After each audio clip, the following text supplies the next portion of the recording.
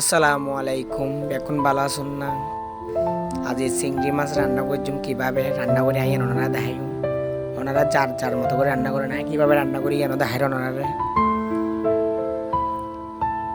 Tomato, পেঁয়াজ, কাঁচামরিচ, হিন্দি দিয়ে ভালো করে একটু নরম করে ফেলেন। এখন ভালো করে একটু নরম হয়ে আইলে লবণ দিয়ে দিলাম। যার যতটুকু প্রয়োজন এতটুকু দিবেন লবণ। এখন লবণ দিয়ে দিলাম।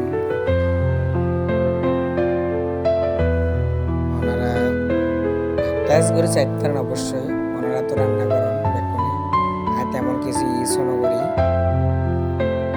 এখন কিন্তু মরিচের গুঁড়া দিয়ে দিলাম।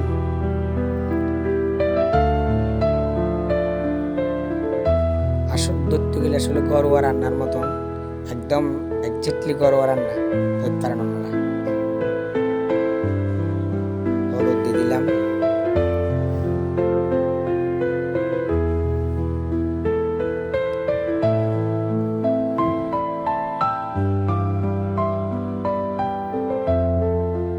মাশাআল্লাহ, দেখুন না মরিচের কালার কি সুন্দর, খুব সুন্দর লাগে মরিচের কালার।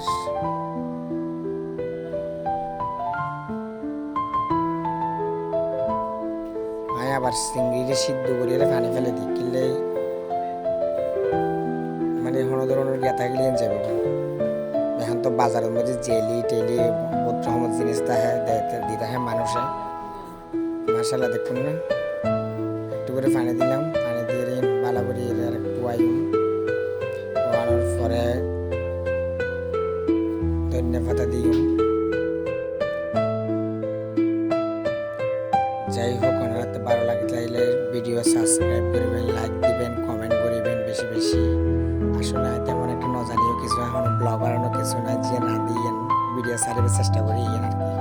মাশাআল্লাহ, দেখুন না খুব সুন্দর, হাই দিয়ে কিন্তু খুব স্বাদ। আল্লাহ হাফেজ, আসসালাম।